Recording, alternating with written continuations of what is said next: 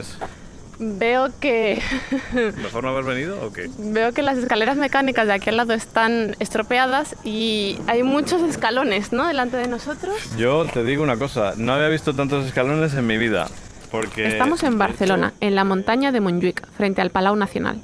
El edificio fue construido para la Exposición Internacional de 1929 y actualmente es la sede del Museo Nacional de Arte de Cataluña, el MNAC. Y para poder entrar hay que subir una gran escalinata. Poco apetecible una calurosa y húmeda mañana de julio. Y mucho menos cuando toca cargar con las maletas, porque venimos directos del tren. Yo solamente confío en que lo que nos espere dentro merezca la pena. O sea, que la mejor colección de pintura románica mural del mundo merezca este esfuerzo. Va a tener que ser buena, ¿eh? Va a tener que ser buena.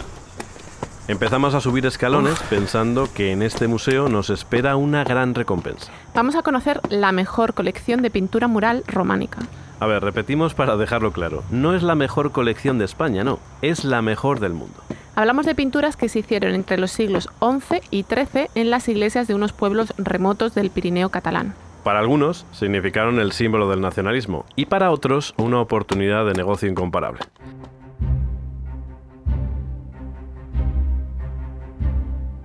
Yo soy José María Sadia. Y yo soy Andrea Morán. Esto es La Memoria en Ruinas. Un podcast sobre el patrimonio español que se resiste a desaparecer. Episodio 4. Estrapo. Arrancar el arte para salvarlo. Yo necesitaría una ducha ahora mismo, pero bueno. Bueno, una ducha tenemos encima. Lo que pasa es que no es la que quisiéramos, ¿no? Hemos conseguido subir esa escalinata. Disfrutamos solo unos segundos de las vistas de toda Barcelona mientras cogemos aire y buscamos la entrada al museo por la que tiene que acceder la prensa. En el recibidor ya nos encontramos a Gemma Illa Català, conservadora del museo. Gemma, buenos ¿Qué tal? días. ¿Cómo estáis? ¿Qué tal? Yo soy José María. Hola, buen día, yo soy Andrea. Hola. Dejamos nuestros trastos, nos ponemos la pegatina de visitantes en la camiseta y Un entramos. edificio enorme, ¿no? Habéis tenido que andar un poco Bastante. para dar la vuelta al edificio, ¿verdad? Bastante. Lo primero que hacemos es atravesar la cúpula central del Palau, donde ahora mismo hay una instalación contemporánea. El edificio se sometió a una gran transformación en los años 90, pero su creación es de los años 30. Y rápidamente te das cuenta de que tiene su propia historia.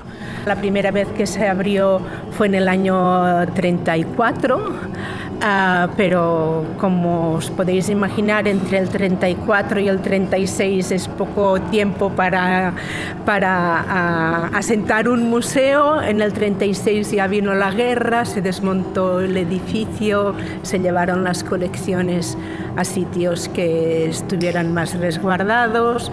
Hasta el 39 no volvieron, hasta el 40 y pico no se acabaron de reinstalar las obras tal como estaban, y a partir del 2004 vuelven a estar aquí todas las colecciones antiguas del museo. En el MNAC hay obras fundamentales del modernismo catalán, de Gaudí, de Ramón Casas, también del Renacimiento y del Barroco, con obras de Tiziano o de Velázquez. Pero si el museo destaca por algo, es por lo que venimos a ver, su colección de pinturas murales románicas. Quizá para los que no sabemos demasiado de historia del arte ni de patrimonio, la pregunta más obvia es ¿en qué consistió el arte románico? El arte románico es un arte europeo occidental.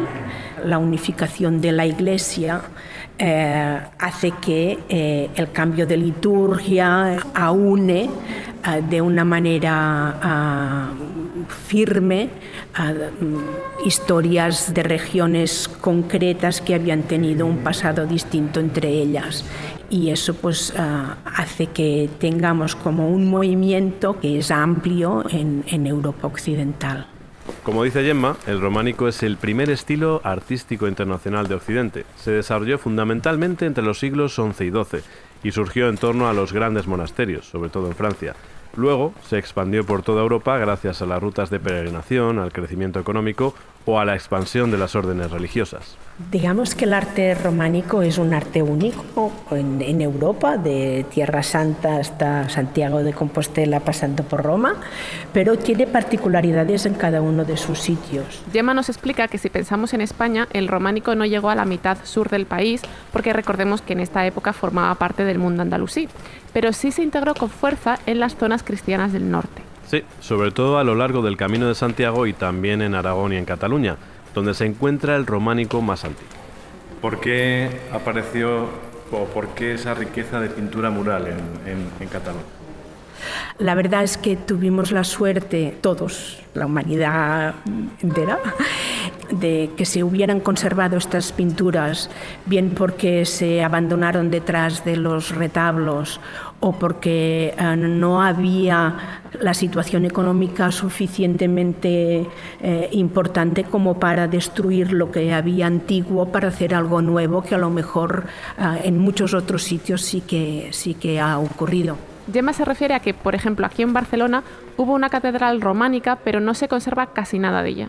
¿Por qué ocurre esto? Bueno, la razón es que se invirtió dinero en remodelarla, en hacerle cambios, añadidos y darle el estilo gótico. Hoy la Catedral de Santa Eulalia es uno de los edificios más emblemáticos de la ciudad. Pero bueno, volvamos a lo que estábamos contando. En cambio sí que tenemos restos de pintura mural importantísimos de iglesias del Pirineo, que seguramente no tuvieron la fortuna de tener edificios adecuados a su tiempo. Las pinturas que vamos a ver en el Menac proceden de las iglesias románicas del Valle de Boí, que está en la Alta Ribagorza, en la provincia de Lleida. Este conjunto fue declarado Patrimonio de la Humanidad por la UNESCO en el año 2000 y se ha conservado especialmente bien. Una explicación es que allí no llegaba el dinero para ir restaurando esas iglesias según las modas del gótico o del Renacimiento, y estos templos mantuvieron ese estilo románico que en otros lugares se fue diluyendo. Pues sí, esa es la película, Andrea. Además, y esto puede sonar un poco obvio, otro motivo por el que hoy podemos disfrutar de estas iglesias tal y como se construyeron es que están lejos, aisladas o, como se suele decir, en pueblos que se quedaron congelados en el tiempo. Sí, y uno de ellos es Sant Joan de Boí, el protagonista de la primera sala que visitamos con Gemma. Sant Joan de Boí es el primer pueblo que encuentras dentro del Valle de Boí y lo que vemos aquí son los restos de las pinturas de esta iglesia. Esto es el episodio de la muerte de San Esteban, que es el primer mártir, que es un santo importante porque digamos que inaugura esta tradición de la Iglesia de las vidas de los santos, y que a medida de que va evolucionando el arte románico y después el gótico, etcétera, hay muchos temas vinculados con la historia de los santos y con su representación. Por eso este es, digamos, el primer protagonista de estas vidas de santos. Llama la atención la viveza de los colores que observamos en las pinturas de Sant Joan de Boí y que se repiten en el estilo románico, el ocre, el azul, el rojo. Fíjate, parece que este pobre santo lo están apedreando ahora mismo delante de nosotros. Además hay que decir que esta sala del museo es muy peculiar. A ver cómo te lo explicamos. Las pinturas no están en un marco colgadas, son pinturas murales, así que están sobre la pared del museo. Y se ha reconstruido la bóveda de la iglesia para colocar las pinturas como estaban dispuestas originalmente en Sant Joan de Boí. Es decir, esto es un museo, pero parece que estamos entrando y saliendo constantemente de una iglesia a otra. Gemma, estamos empezando a ver que habéis de alguna manera copiado los ábsides de las iglesias, la cabecera de la iglesia, y estamos delante de una de esas estructuras que yo no imaginaba que fueran así. Bueno, estas son unas estructuras que cuando se hizo la campaña del arranque de las pinturas murales, se hicieron esta especie de carcasas de madera que aguantan una estructura de yeso y estopa, sobre la cual se han montado los fragmentos de pintura mural que se arrancaron de las iglesias. Después de ver todas estas estructuras, estos pequeños ábsides que simulan las iglesias del valle, nos queda el plato fuerte. Estamos a punto de descubrir la que, según dicen, es la mejor pintura mural del mundo. Se encontraba en el ábside de la iglesia de Sant Climent de Taül y se considera la joya del arte románico catalán. Es un Cristo en majestad, un Cristo que alza la mano derecha como su símbolo de poder. Sí, y en la otra mano, la izquierda, sostiene un libro que dice «Soy la luz del mundo». La obra es anónima, no sabemos quién la pintó, pero se ha hablado mucho de qué pudo significar para los creyentes de la época. El rostro de este Cristo en majestad es uno de los emblemas de esa pintura un poco nacional que se buscó desde el siglo XIX en Cataluña. Yo mirando el rostro de este Cristo en majestad me pregunto qué quiere decirnos y no sé si encuentro las respuestas. Cuando se habla de una pintura como esa, se habla de miedo. Se habla del juicio final al final de los tiempos. Yo no veo eso en este Cristo en Majestad. Sí que veo una severidad y un orden, ¿no? Pero a mí no me da miedo. No sé si esto era lo que la gente veía y si realmente ahuyentaba a que la gente se portara de una manera distinta. En todo caso, ¿puede cumplirse aquí esta regla de Marcel Duchamp cuando dice que hay tantas interpretaciones como personas que miran esa pintura? Sí, pero eso pasa con todas las obras de arte de cualquier época y en cualquier sitio. Y esta es la razón por la cual aquí tenemos patrimonio que es de todos, porque todos pueden venir a ver su versión y eso enriquece el patrimonio que conservamos. Lo que quizá te estés preguntando es cómo estas pinturas murales que se pintaron sobre las paredes de las iglesias están expuestas en un museo en el centro de Barcelona. Y no es que trasladaran los muros de las iglesias hasta aquí. Esa explicación es la clave de este episodio y de toda la historia en torno al Valle de Boí, incluso de la creación de este museo. Es un largo relato, pero digamos, para empezar, que hubo una nueva técnica, un método que lo revolucionó todo. Una palabra que a partir de ahora vas a escuchar una y otra vez. El estrapo es una técnica que usaban los restauradores de Bérgamo, que ya la habían usado en la Primera Guerra Mundial para salvar algunas pinturas de edificios que habían sido afectados por la guerra. El estrapo se inventó en Italia a mediados del siglo XIX. Una familia, los Stefanoni, perfeccionaron una forma de arrancar las pinturas de los muros. Y eso sin que, en teoría, los dibujos se dañaran. Vamos, sin tener que llevarse el muro entero. A principios del 20, Franco Stefanoni trajo la técnica a Cataluña. ¿Cómo era esto posible? Bueno, de primeras podríamos pensar que estos artistas pintaban sobre el muro directamente, como si aquello fuera un graffiti, pero no era así. Pues no había toda una preparación detrás. Primero aplicaban a la pared un revoco, es decir, una capa de cal para revestir esa superficie, para convertirla en un lienzo. Y después ya empezaban a dibujar y a pintar cuando todavía esa capa estaba húmeda. El color penetra sobre esa capa fina primera de la pared de la iglesia y entonces eso tiene cuerpo suficiente como para que si pones unas telas con una cola que después podrás sacar con agua y la dejas secar y una vez seca salta esa primera capa de pintura que luego se puede poner en otras telas, en un bastidor en forma de cuadro o en forma de ábside. Y después, una vez seco, puedes limpiar por delante con agua y te ha quedado otra vez el positivo de la pintura sobre un soporte de tela. Esto va a sonar muy coloquial, pero según escucho a Gemma, yo me lo imagino como una calcomanía.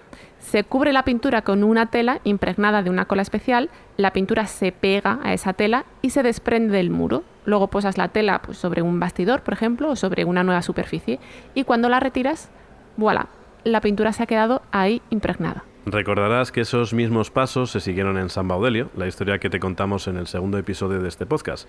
Pues antes de llegar a Soria, los restauradores italianos que inventaron esta técnica hicieron una larga parada en Cataluña, concretamente en el Valle de Boí. Lo cierto es que a finales de verano del año 1919 se descubre que las pinturas se pueden arrancar de las paredes porque en la iglesia de Mur se descubre que se están arrancando las pinturas y que estas pinturas se llevan a Barcelona y lo están haciendo unos restauradores italianos y que alguien había comprado no solo estas pinturas, sino todo el resto de las pinturas conocidas a principios de los años 20, que ya eran la colección que tenemos hoy. Y aquí empieza la historia del museo como agente para poder conservar este patrimonio en territorio catalán. Pues parece que tenemos un nuevo caso de expolio. Unas pinturas milenarias a punto de ser compradas por, ya me lo estoy imaginando, algún magnate millonario. Y en cambio, aquí están, a la vista de todo el que quiere pasearse por este museo. Algo tuvo que pasar. ¿Por qué motivos alguien visitó estas iglesias buscando pinturas? ¿Y cuál es la casuística que hizo que estas pinturas no se conservaran en sus sitios de origen, sino que vinieran al Museo de Barcelona. Vale, estamos grabando, así que yo me voy a silenciar para que no se cuele el sonido de mi Vale, micrófono. mientras responde Milagros, yo también voy a silenciar, ¿vale? Para Genial. que no se me cuele nada. Para esta otra entrevista no nos hace falta subir escaleras, menos mal. La hacemos a distancia con una de las personas que más ha estudiado estas pinturas. Bueno, yo soy profesora de Historia del Arte Antiguo y Medieval de la Universidad de Barcelona. Aparte de esto, y durante un periodo de mi vida, compartí esta actividad con la de la conservación de las colecciones de románico del Museo Nacional de Arte de Cataluña. Ella es la catedrática Milagros Guardia y como Gemma conoce de cerca las pinturas porque ha convivido con ellas buena parte de su vida. Cuando le pedimos comenzar por el principio de esta historia, nos lleva a un punto inesperado. El románico empieza a emerger como verdaderamente la primera manifestación de la catalanidad. No empezamos hablando de nacionalismo por casualidad. En la segunda mitad del siglo XIX, otras zonas de Europa, como las de los Balcanes, buscan presentarse como una nación-estado. Y eso mismo ocurre también aquí, en Cataluña. Se intentaba buscar un momento de esplendor de este pueblo, de esta nación. Y claro, esta era en la época medieval, sobre todo el periodo de la corona de Aragón, a partir del siglo XII, XIII, XIV y hasta la unión con Castilla, ¿no? que fue el final de este periodo glorioso, impulsado desde, claro está, la alta burguesía catalana y especialmente desde Barcelona. Para recuperar ese pasado, se reivindica el catalán, la historia de Cataluña y su arte. Sí, el primer estilo que ilustra ese momento glorioso, curiosamente, es el gótico, pero estos intelectuales deciden echar la vista un poco más atrás e incorporar a ese discurso el arte románico. Y también vincular las formas artísticas del románico, sobre todo en la arquitectura, con el carácter catalán. Es el discurso de Puig i Cadafal, ¿no? Este arte rudo, simple, sencillo, pero poderoso, fuerte, etc. Cuando Milagros habla de un arte rudo, se refiere a esas formas un poco básicas que a veces muestra el románico, que recuerdan un poco al arte primitivo. Y alguien que estaba muy interesado en ese estilo románico y en sus formas fue uno de los protagonistas de esta historia, Lluís Domènech i Montaner. Domènech i Montaner es un personaje, esto que ahora se dice normalmente poliédrico, ¿no? Pero en definitiva la mayor parte de estos protagonistas eran arquitectos, eran artistas, eran escritores, eran políticos. Es decir, Domènech i Montaner fue todo eso. Nació a mediados del siglo XIX y es muy conocido por sus trabajos como arquitecto modernista. Por ejemplo, él fue quien proyectó el Palacio de la Música Catalana. Pero también fue editor y político. Pues sí, fue un hombre realmente interesante. Podríamos dedicarle todo un episodio. Pero vamos a centrarnos en las pinturas murales, las de los Pirineos. Para lo que a nosotros nos interesa, hemos de enmarcarlo en la actividad del excursionismo científico y en la Sociedad Catalana de Excursiones, todas estas sucursales que en toda España las hubo y que tuvieron un papel muy relevante en el descubrimiento y dando a conocer monumentos que no se habían visto. Hablamos entonces de un auténtico apasionado por el patrimonio medieval catalán. A comienzos del siglo XX, entre 1904 y 1906, Domènech i Montaner hace una serie de excursiones junto a los estudiantes de la Escuela de Arquitectura, en la que cada uno de sus alumnos ejercía un papel, unos hacían el dibujo, los otros tomaban las notas, los otros hacían las fotografías magníficas, por cierto. Resulta que con toda esa información reunida, Domènech i Montaner está preparando un libro sobre el románico catalán. De ahí que quiera visitar muchas zonas donde se cree que podía haber obras de arte de este periodo. Por ejemplo, el Valle de Boí era uno de estos lugares que quedaba un poco fuera de rutas, ¿no? Y tanto que quedaba lejos. El Valle de Boí está bastante cerca de la frontera con Andorra, a 2 horas en coche de Lleida capital. Nos puede parecer un lugar alejado de todo, pero siglos antes fue una zona señalada en el mapa. En la época medieval y en estos momentos era muy importante. Era un lugar de cruce, una zona fronteriza con todo lo que de intercambios y de estímulos tiene cualquier región fronteriza. Por tanto, no era el lugar alejado en que luego se convirtió. Y esto significaba que hubo muchas iniciativas, mucha promoción artística, por lo tanto, hubo muchos más conjuntos que en otras zonas. Bueno, pues quizá intuyendo esto, Domènech Montaner llega a este valle, al Valle de Boí, en 1904. Allí se encuentra 8 iglesias y una ermita. Al entrar en cada uno de los templos, descubre una serie de pinturas que llevan allí casi 1000 años. Me preguntabas qué es lo que veían. Muy poco, pero veían mucho más de lo que nosotros podemos quizá imaginarnos. En el caso de San Clement, se veía prácticamente todo lo que estaba a la vista, o sea que nunca hubo problema en reconocer las pinturas. Imagina la emoción que debió sentir Domènech Montaner al identificar el Cristo en Majestad. Al entrar al templo, desde los pies de la iglesia, él ya reconoce los colores y las formas de ese Cristo todopoderoso que parecía asomarse por encima del retablo. Él mismo se da cuenta en ese momento de la importancia de aquello y toma una fotografía, en blanco y negro por supuesto, que se convierte en la imagen más famosa del redescubrimiento de Taul. Domènech Montaner se vuelve a Barcelona con esa fotografía y bastantes más, también con dibujos y descripciones de estas pinturas. El arquitecto las ha redescubierto después de décadas, después de siglos olvidadas.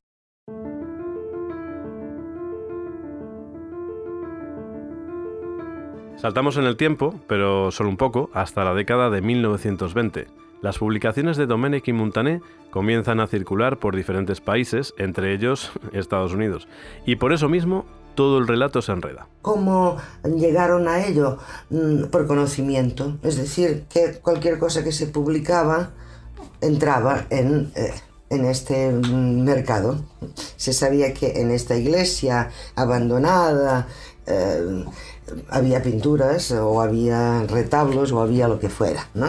Cuanto más se publicaba, más se conocía. Y claro, las publicaciones del Institut d'Estudis Catalans están todas en los museos de Estados Unidos porque eran compradas, ¿no? Se las enviaban y por tanto estos fascículos sirvieron para la operación de compra. Lo que en principio había sido un hallazgo académico y científico de primer nivel, al final resulta un poco contraproducente. Sí, porque los millonarios de Estados Unidos, ansiosos por conseguir arte medieval, se enteran de que unas pinturas murales del siglo X están desprotegidas en unos pueblos de Cataluña. Así que la red de compradores se activa rápidamente. Eso es, los rumores de que hay agentes extranjeros interesados en las pinturas llegan hasta el Valle de Boí, e incluso se advierte a las iglesias.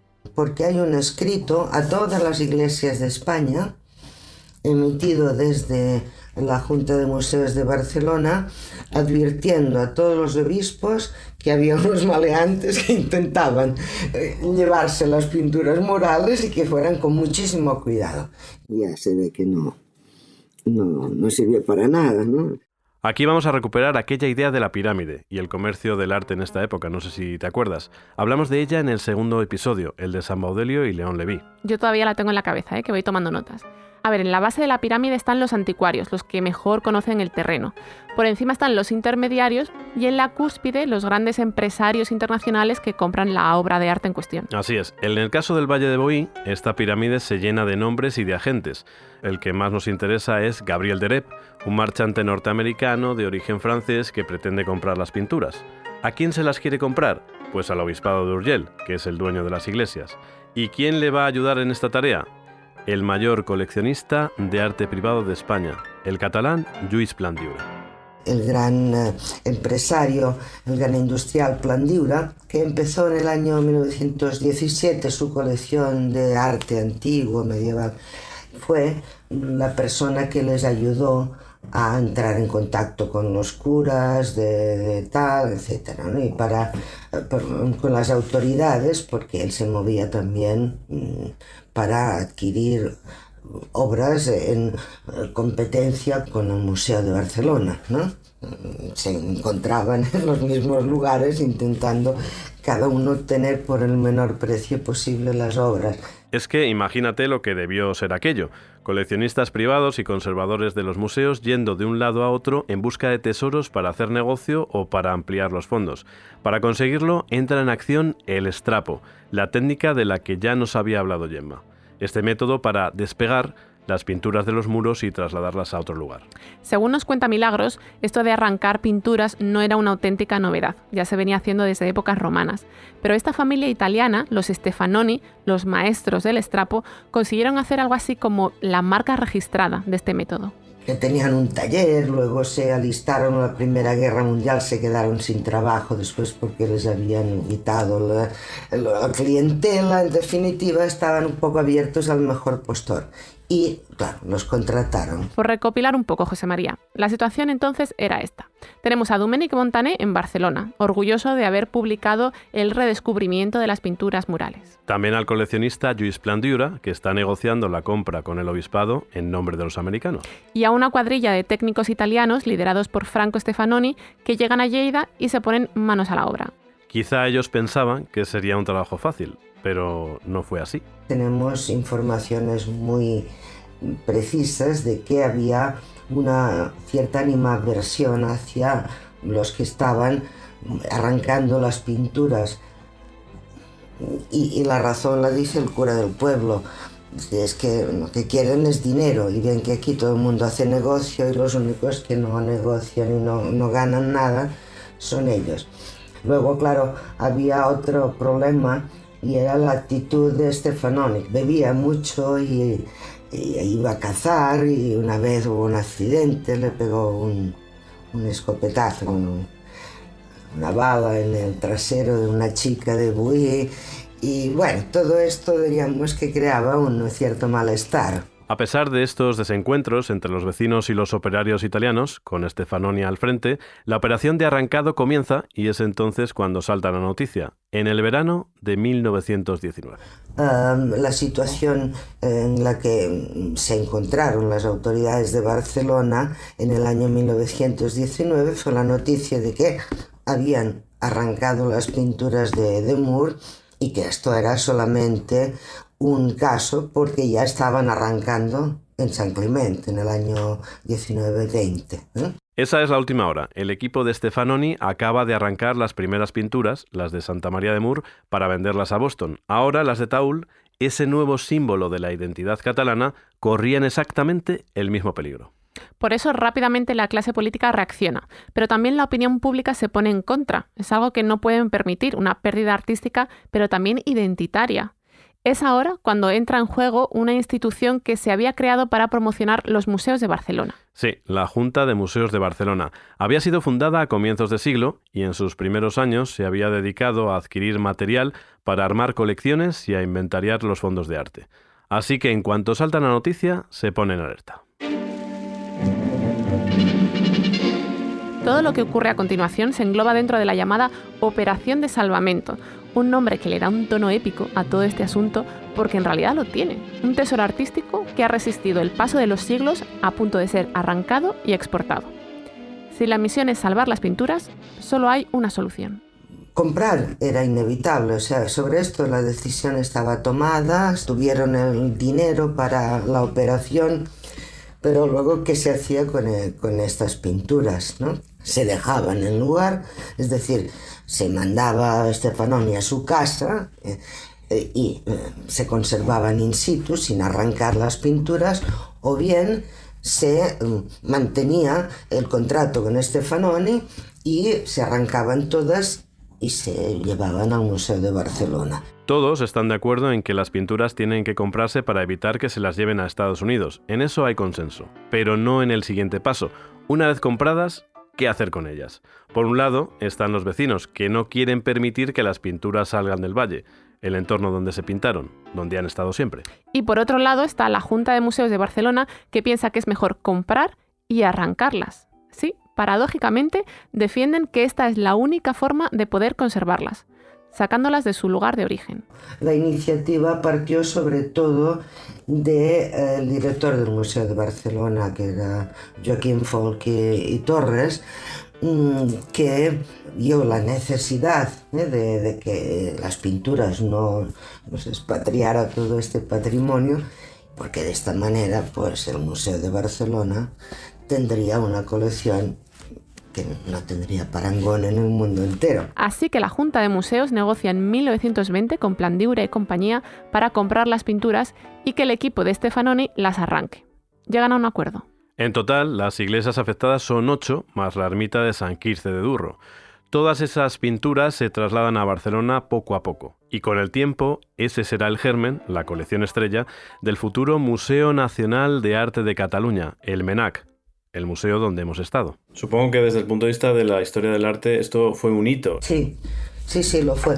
No solamente esto, sino la forma de montarlo, ¿no? Esta manera de reconstruir aparentemente incluso los ambientes. La museografía de Folch y Torres fue también, desde el punto de vista de la museografía, una apuesta muy interesante, muy moderna, y bueno, que se siguió luego en muchísimos lugares, ¿no? Bueno, podríamos pensar que este es el final de la historia, y en parte uno feliz, ¿no? Se ha evitado un nuevo autoexpolio y las pinturas descansan seguras en Barcelona, en esa sala tan peculiar y moderna que hemos visto y de la que habla Milagros. Pero hay un problema. Hablamos del estrapo, esa técnica casi milagrosa, de manera muy ligera, como si fuera tan fácil trasladar unas pinturas murales de 1000 años de antigüedad de una pared a una tela.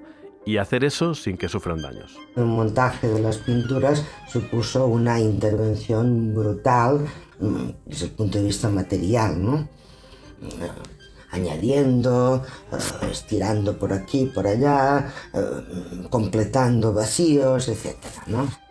Con el arranque por estrapo nos hemos perdido seguramente aspectos muy importantes de la propia pintura, de la policromía. Estos daños, estas pérdidas, se notan especialmente en San Climent de Taúl y en el Cristo en Majestad. Son matices, pero matices que, son importantes en la pintura románica. Vale, sí, son matices que solamente pueden ver los ojos expertos, pero que nos darían mucha información de la pintura románica que todavía sigue siendo un misterio. Piensa que sabemos mucho del estilo gótico y qué decir del renacentista o del barroco. En cambio, del románico han sobrevivido muchas menos obras y poquísima documentación. Por eso cualquier trabajo y cualquier pista de este periodo es tan importante. Rellena un puzzle que todavía tenemos sin montar del todo y que a muchos nos fascina, y yo me incluyo. El románico atrae muchísimo interés. Significa que el románico tiene un punto de fantasía o la posibilidad de fantasear, ¿no? Porque al tener una información muy reducida sobre este periodo, todas las preguntas quedan casi siempre en el aire. Una de esas preguntas, ya la hemos comentado, es cómo se recibiría esa mirada del Cristo en Majestad. Claro, ¿qué podrían sentir los feligreses del siglo XI al entrar en una iglesia con estas pinturas casi en penumbra, con la luz de las velas y todos esos mensajes simbólicos a su alrededor? En parte es difícil trasladarse a ese escenario porque, como explica Milagros, las pinturas del museo ya no son las mismas que entonces. Hemos perdido información, pero también en las pinturas que quedan en el valle porque están totalmente desvanecidas. Allí quedaron estos vestigios, estos fantasmas de pinturas que en algunos casos se les dio una capa de cal y quedaron ocultos, o una capa no de cal sino de una pintura difícil de extraer, como en San Climent de Taúl. Fantasmas de pinturas, eso es lo que te encuentras en el Valle de Boí. Como se arrancó la capa superficial, quedaron los estratos más profundos, como en San Baudelio. Hay historiadores que dicen que allí quedó el alma de la pintura, nada más y nada menos. El alma de la pintura. Es una interpretación poética, pero también frustrante, ¿no? Porque la conclusión es que ni las pinturas del museo ni las que quedan en las iglesias son realmente como las originales. Por eso nuestro final feliz se ve un poco truncado, aunque en el Valle han intentado algunas soluciones. Una de ellas fue hacer un videomapping para restituir virtual y digitalmente las pinturas originales de la iglesia de San Climent de Taúl. Los visitantes pueden ver ese vídeo y hacerse una idea de lo que debió ser la iglesia allá por 1123, cuando fue consagrada. Si me preguntas a mí, me parece una buena opción. Resulta realmente emocionante vivir el espectáculo de luces y sonido en directo, pero a Milagros, por ejemplo, no le convence. Bueno, podríamos decir que para gente que no tiene imaginación ya funcionan estas cosas. Quizá habría que educar más a la gente a tener imaginación.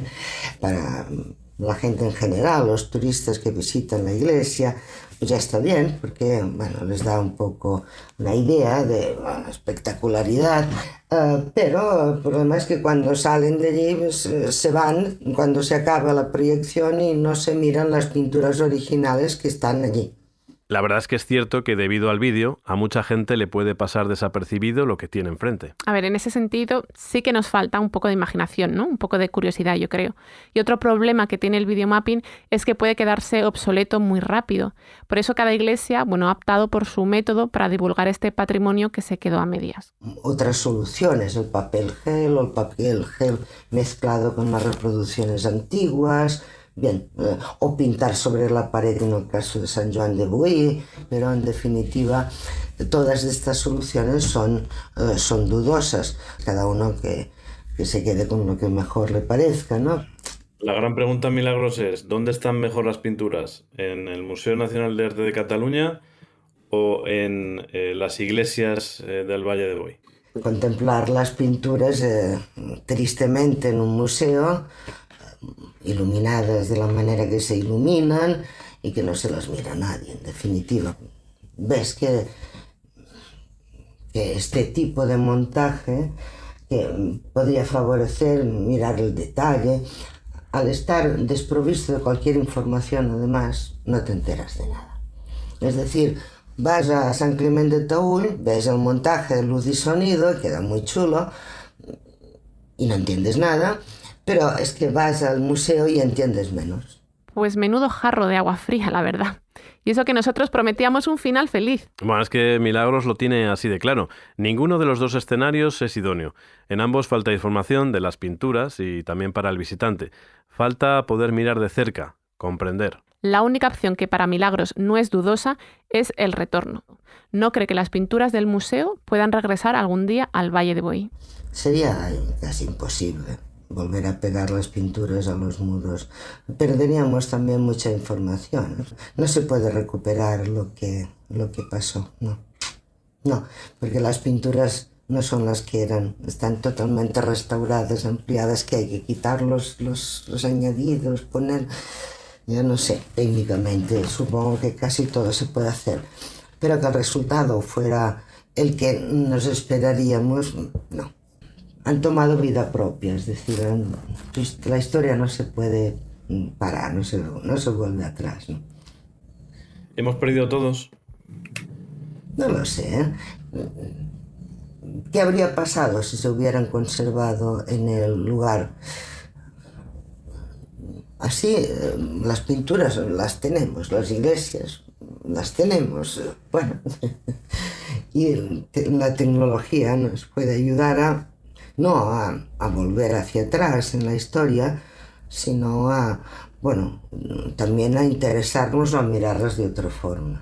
Todo esto por culpa del estrapo, la técnica que permitió arrancar las pinturas causándoles un daño relativo. He dicho por culpa, pero a lo mejor debería decir gracias al estrapo. La duda está ahí. Claramente hay dos formas de verlo. Por un lado, el estrapo fue el gran enemigo de las pinturas murales a principios de siglo, y ya nunca volveremos a verlas como fueron. De eso tenemos varios ejemplos. El Valle de Boí, San Baudelio. Pero si lo piensas un poco, sin el estrapo muchas pinturas se habrían perdido para siempre. Sí, cierto. Se han conseguido rescatar pinturas de iglesias que estaban casi arruinadas, o que corrían peligro al estar en una zona de guerra, o que estaban expuestas al vandalismo en zonas despobladas. ¿Qué hacemos? ¿Empate entonces? Bueno, empate podría ser. Pero yo sigo pensando que todos esos misterios en torno al románico, esas lagunas, hacen que nos fascine todavía un poco más este arte. La Memoria en Ruinas es una producción del diario.es. Si te gusta lo que hacemos, necesitamos tu apoyo. Hazte socia, hazte socio en eldiario.es/socio. José María Sadia es codirector y se ha encargado de la documentación y las entrevistas. Andrea Morán ha escrito los guiones y ha realizado la producción. Ambos han viajado por España durante semanas grabando esta serie. La edición es de Andrea Morán y Sara Cuesta. El montaje es de Pedro Nogales. Yes We Cast ha realizado el diseño sonoro y las grabaciones en los estudios Goodit.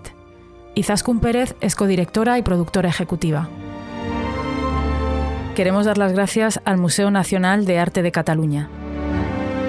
La Memoria en Ruinas es un podcast realizado con el apoyo del Ministerio de Cultura, financiado por la Unión Europea Next Generation EU.